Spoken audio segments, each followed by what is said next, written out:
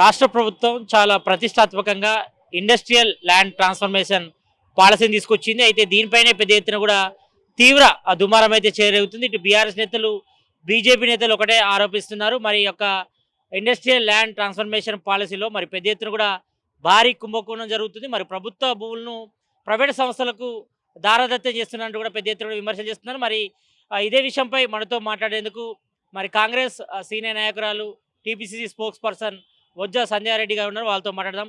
Madam, మొన్నటి నుంచి కూడా మనం చూస్తున్నాం, నిన్న కేటీఆర్ కూడా ఇటు రాహుల్ గాంధీకి లేఖ రాశారు. ఇటు హిల్ట్ పాలసీలో కూడా పెద్ద ఎత్తున కూడా భారీ కుంభకోణం జరుగుతుందని కూడా ఆయన చెప్పడం జరిగింది. ఈ రోజేమో ఇటు బీజేపీ నేతలు కూడా గవర్నర్కి మెమోరాండం ఇచ్చారు. ఈ కుంభకోణం ఆపాలి, మరి దీన్ని పాలసీ రద్దు చేయాలంటూ కూడా బీజేపీ నేతలు అంటున్నారు. ఈ రెండు పార్టీలపై ఏమంటారు? రెండు దొంగ పార్టీలే. వాళ్ళు చెప్పినంత మాత్రాన అయితే తమ్మి. ఇప్పుడు ఏదో ఒకటి చేయాలి, కాంగ్రెస్ పార్టీని డ్యామేజ్ చేయాలి అంటే రెండు ఒకటి కావాలి. ఇప్పుడు పెద్ద త్రిమింగలం అంటేనే బీఆర్ఎస్ పార్టీ. ఇక వాళ్ళు మాట్లాడిన మాట్లాడడానికి ప్రతిదానికి మనం స్పందించాల్సిన అవసరం లేదు. కోర్టులు ఉంది, లా ఉన్నాయి, అన్నీ ఉన్నాయి. అందరి మీద అందరికీ నమ్మకం ఉంది. ఇక గవర్నమెంట్ భూమిని ప్రైవేట్కి దారదత్తం చేస్తున్నామంటే మరి ఇండస్ట్రీస్ గురించి మనము అంటే ఇన్కమ్ పెంచుకోవాలి, ఏదైనా ఉందంటే దాని గురించి ఏమైనా చేస్తున్నారో ఏమో. ఏదున్నా ఒక పద్ధతి, ఒక క్రమ పద్ధతి ద్వారానే చేస్తారు రేవంత్ రెడ్డి గారు కాదు, కాంగ్రెస్ గవర్నమెంట్ కానీ. సొంతంగా ఆయన సొంతంగా తీసుకొపోయి ఎంబడేసుకొని పోయేది ఉండదు, లేకపోతే ఇంకేదో జరిగేది కాదు. ఇవన్నీ రాజకీయాలలో ఇట్లాంటి విమర్శలు వస్తూనే ఉంటాయి. దాన్ని పెద్దగా సీరియస్గా తీసుకొని మనము చించుకోవాల్సిన అవసరం లేదు. ఏదో ఒకటి ఇప్పుడు గాలి మాటలు 100 మాట్లాడతారు, అవన్నీ ప్రూఫ్లు ఉండాలి. నిజంగా తీసుకున్నారా, నిజంగా అది ఏం చేసిండ్రు ఏమనేది కూడా దానికి ఒక కమిటీ ఉంటుంది, నివేదిక ఉంటుంది. ఇక వాళ్ళు అంతకుమించి ఏం చేస్తారు? ఇప్పుడు కాంగ్రెస్ పార్టీ అనుకుని అన్నీ చేసింది. 2500 పెన్షన్ ఒకటి పెండింగ్ ఉంది, ఇప్పుడు 4000 అనుకున్నాం. కొంచెం రాష్ట్రంలో ఇబ్బందికరంగా ఉంది కాబట్టి అది కూడా చేస్తామని చెప్పారు. అన్నీ చేస్తుంది, అబ్బా మాకు తావు లేకుండా పోయింది అని చెప్పేసి రెండు పార్టీలు విమర్శలు చేస్తున్నారు. ఇవన్నీ అండి, దానికి ఒక కోర్టు ఉంటుంది, మేము కోర్టును గౌరవిస్తాం, కోర్టు పరంగా వాళ్ళు వెళ్తారు. కేటీఆర్ నిన్న లేఖ కూడా రాశారు రాహుల్ గాంధీకి, మీ ఏఐసీసీ అగ్రనేత కూడా. మరి ఇందులో 5 లక్షల కోట్ల కుంభకోణం జరుగుతుంది. మరి ఈ విషయంలో మీరు స్పందించాలో, ఒకవేళ స్పందించకపోతే మాత్రం ఇందులో వాటాలు మీకు ముట్ట జరుగుతున్నాయని మేము అనుకోవాల్సి వస్తుందని కూడా కేటీఆర్ ఘాటుగా ఒక బహిరంగ లేఖను కూడా రిలీజ్ చేశారు. దానిపై ఏమంటారు? ఒకటే, కేటీఆర్ గారికి రాసినా, సోనియమ్మకి రాసినా ఇలాంటి అవినీతిని కానీ ఆమె ఎంకరేజ్ చెయ్యదు. రేవంత్ రెడ్డి గారికి ఇట్లాంటి అవినీతి ఆరోపణలు అదే ఆయనకు తెలియదు. ఇవన్నీ వాళ్ళు ఏదో బట్టగాల్చి మీదేస్తున్నారు. డెఫినెట్గా రాహుల్ గాంధీ గారి దృష్టికి తీసుకెళ్ళినారంటే ఆయన కంపల్సరీ, ఆయన త్యాగాల కుటుంబం, వాళ్ళు తెలంగాణ ప్రజల గురించి, దేశ ప్రజల గురించి ఆలోచిస్తారు. ఇదేదో ఇప్పుడు రాహుల్ గాంధీ మధ్యన కేసీఆర్ మన రేవంత్ అన్న మధ్యన పంచాయతీలు పెడదామని ఏదో ఆయన మీద పోయిన రాయంగానే కాదు. మా నాయకుడికి తెలుసు ఎవరు ఏంది అనేది తెలుసు. తెలంగాణ రాష్ట్రాన్ని ఒక సీఎంగా చక్కగా అభివృద్ధి దశలో తీసుకెళ్తున్నారు. మంత్రివర్గం కూడా చాలా చక్కగా పనిచేస్తుంది. ఇలాంటివన్నీ విమర్శలు వస్తుంటాయి రాజకీయంలో అన్నప్పుడు, చాలా వస్తుంటాయి. కొన్ని చేయని దాంట్లో కూడా మనము బాధ్యత వహించాల్సి వస్తుంది. కాబట్టి దాని గురించి పెద్ద చించుకోవాల్సిన అవసరం లేదనేది నేను భావిస్తున్నాను. అంటే సీఎం రేవంత్ రెడ్డి అల్లుడు కానీ వాళ్ళ బంధువులకు మేలు చేయడం కోసమే ఈ యొక్క హిల్ట్ పాలసీ తీసుకొచ్చారు, వాళ్ళకు ప్రభుత్వ భూములు దారదత్తం చేస్తున్నట్టు కూడా బీఆర్ఎస్ నేతలు ఆరోపిస్తున్నారు. ఒక్కడు తమ్ముడు, ఇప్పుడు మనము భూములను కొంతమందికి లీజుకి ఇస్తాం, 30 ఏళ్ళు 40 ఏళ్ళు ఇస్తాం. టెండర్ సిస్టాలు ఉంటాయి. వాళ్ళు పాల్గొన్నంత మాత్రాన వాళ్ళ చుట్టాలు అవుతారా? టెండర్ అనేది ఎవరైనా వేసుకోవచ్చు.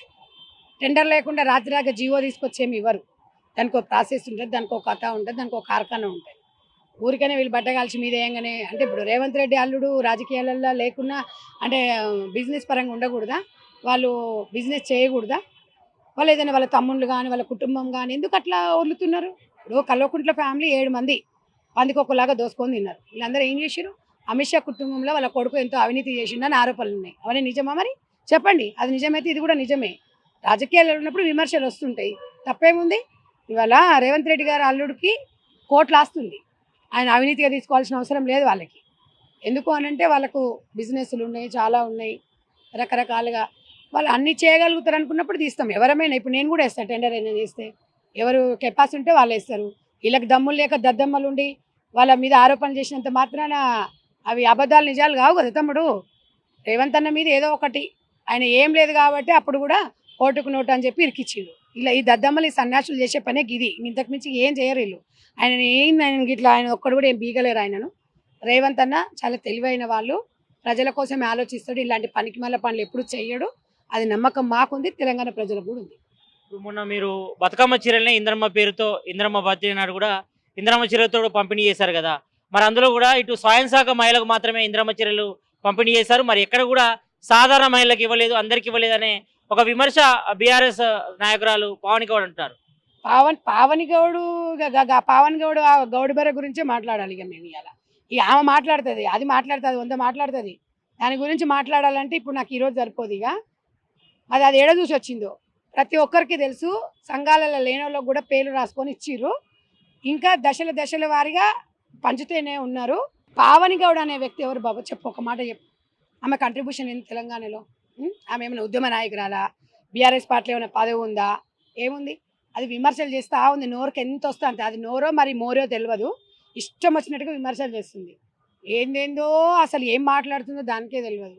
రాష్ట్ర సీఎంని పట్టుకొని వాడు అంటది, పిసిసి ప్రెసిడెంట్ వాడు అంటది. దీని తోలు మందమై బలుపు ఎక్కువై కొవ్వెక్కి కొట్టుకుంటుంది. ఇది ఇష్టం వచ్చినట్టు తెలంగాణ ప్రజలు మూతి పని రాలగొడతారు దీనివి ఇట్లనే మాట్లాడితే.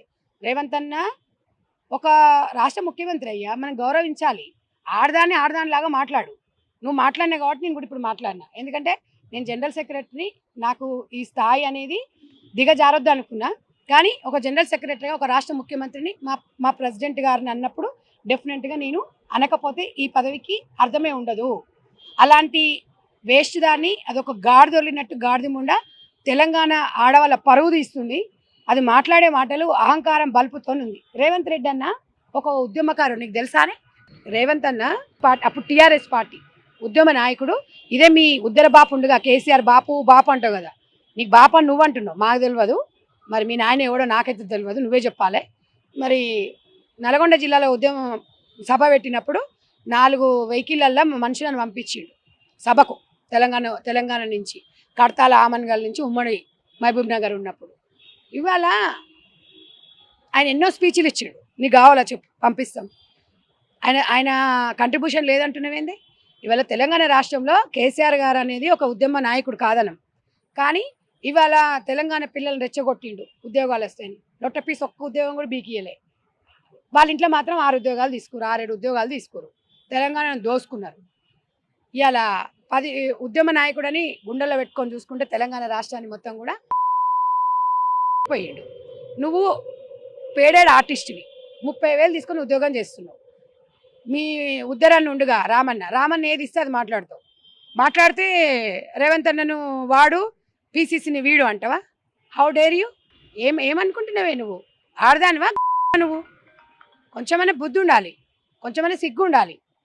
అడ్డంగా బలిసినావు, కొవ్వెక్కి కొట్టుకుంటున్నావు. ముఖ్యమంత్రిని అన్నప్పుడు నాకు బాధ వేస్తుంది, నా బాధ్యత కూడా. ఎవరిని అన్నా కూడా ఒక స్థాయి ఉంటుంది విమర్శించనీకే. నీకేదో నీ ఇంట్లో ఏదో కొంపలు అంటుకోపోయినట్టు అరుస్తున్నావేంది? నిన్నెవడనేమని అన్నప్పుడు అరువు. మేమందరం కూడా వస్తాం. ఏదో వెనకట్జోలు చెప్పి ఎక్కేడుస్తున్నావేంది? లేకపోతే దీక్ష దివాసులు ఏదో ఎలుగబెట్టినట్టు నువ్వేదో మైక్ గుంజుకొని మాట్లాడినావు. ఆ తలసాని శ్రీనివాసన్ యాదవ్ నవ్వుతుండు, ఉద్యమ ద్రోహి. పచ్చిది పక్కన పెట్టుకొని ఒట్టిజ్జు చోకరిస్తున్నవేంది?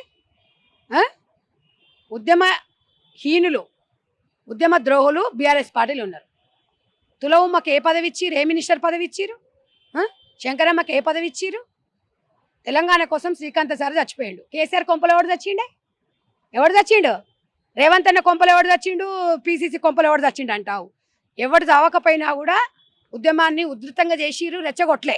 కేసీఆర్ రెచ్చగొట్టి ప్రేరేపించి కిరోసిన్ మోసుకునే విధంగా చేసి అగ్గిపెట్టలేదన్న వాళ్ళు మీరు ఇవాళ వాళ్ళ ఉద్యమాలు చేసి చచ్చిపోయిన వాళ్ళ పీనియల మీద ఇలా ఇండ్లు కట్టుకొని ఊరేగుతురు వాళ్ళు. మేం కాదు. వీళ్ళు ఉద్యమంలో ఉసిగొల్పలేదు. ఉద్యమాన్ని ఉధృతంగా చేసి తెలంగాణ తెచ్చింది కాంగ్రెస్ పార్టీ, ఇచ్చింది కాంగ్రెస్ పార్టీ. ఉద్యోగాలు వస్తాయని పిల్లలు రెచ్చగొట్టారు. 12 మందిల సావుకు కారణం కేసీఆర్ గారే. ఎవడు చచ్చిండు చెప్పండి? కేసీఆర్ కుటుంబంలో వాళ్ళ కొడుకు, వాళ్ళ కోడలు ఎవడన్నా, వాళ్ళ ఇంట్లో ఎవడన్నా చచ్చిండా? హరీష్ రావు ఇంట్లో చచ్చిండా ఎవడన్నా? చచ్చితే ఈరోజు పదవులు తీసుకుని ఒక అర్థం ఉంటుంది. వాడింటి ఎవడు చావాలి, ఈడింటి ఎవడు చావాలి. నోరేసుకొని బెర్రగొంతేసుకొని వరుతున్నావట. ఒళ్ళు బాగా బలిసింది, కొవ్వెక్కి కొట్టుకుంటున్నావు. బజార్లో కనబడితే కొడతారు. బీసీ రిజర్వేషన్ల విషయంలో ఇటు కాంగ్రెస్ గవర్నమెంట్ కుట్ర చేస్తుందంటూ కూడా జాగృతి కవిత అంటుంది. కవితపై మీరేమంటారు? ఈ ఆమె గురించి ఏం మాట్లాడాలి చెప్పండి. ఇప్పుడు ఆమె మాట్లాడుతుంటే నాకు నవ్వాలనో తెలియదు, ఏం మాట్లాడాలనో తెలియదు. ఇప్పుడు బీసీ ఉద్యమాలు 10 ఏళ్ళ నుంచి గుర్తుకు రాలేదు, 20 ఏళ్ళ నుంచి గుర్తుకు రాలేదు, అధికారంలో ఉన్నప్పుడు గుర్తు రాలేదు. బీఆర్ఎస్ నుంచి బయటకు వచ్చి జాగృతి పెట్టుకున్నాక మాట్లాడుతుంది. సరేలేండి, ఇంతకుముందు విమర్శించిన కానీ సరే ఇప్పుడైనా జ్ఞానోదయం కలిగింది, మంచిగా వేషధారణ మారింది. సరే ఆ మనసులో ఆమె మనసు కూడా మారాలి, చేసిన పాపాలను దుడుచుకొని పోవాలి. ఆ ప్రత్యర్థపన పడుతుంది కదా, తెలంగాణ ఉద్యమకారు రుణమన్న తీర్చుకొని చేయనియండి. ఆడబిడ్డగా ఆశీర్వదిస్తారేమో ప్రజలు.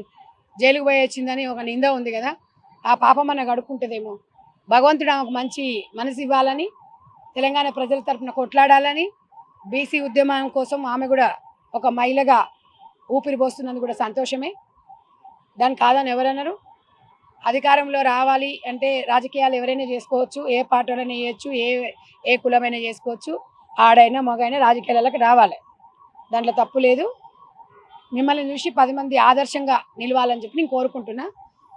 గతః ఇకనైనా జాగృతి నుంచి జ్ఞానోదయం కలిగినందుకు సంతోషపడుతున్నాను. మొత్తానికైతే ఇటు హీల్డ్ పాలసీ విషయంలో మరి పారిశ్రామిక అభివృద్ధి కోసమే ఇండస్ట్రియల్ ల్యాండ్ ట్రాన్స్ఫర్మేషన్ పాలసీని తీసుకొచ్చాను. మరి ఈ విషయంపై కూడా అనవసరంగా ఇటు బీజేపీ కానీ ఇటు బీఆర్ఎస్ కానీ బురదలే ప్రయత్నం చేస్తుంది. మరి పారిశ్రామిక అభివృద్ధితో పాటు రాష్ట్ర డెవలప్మెంట్ కోసమే ఈ పాలసీ తీసుకొచ్చామని చెప్తున్నారు. ఇక మరోవైపు ఎమ్మెల్సీ కవితపై కూడా మరి ఇప్పటికైనా ఇటు బీసీ ఉద్యమం విషయంలో మరి కవితకు జ్ఞానోదయంకు సంతోషిస్తున్నాం. మరి రాబోయే రోజుల్లో మరి బీసీల కోసం ఆమె ఫైట్ చేయాలని కోరుకుంటున్నట్టు కూడా మరి టీపీసీసీ జనరల్ సెక్రటరీ బొజ్జ సంజయ్ రెడ్డి చెప్తున్నారు. కెమెరామ్యాన్ శ్రీకాంత్, సతీష్, ఆంధ్రప్రభ న్యూస్, గాంధీభవన్ నుంచి.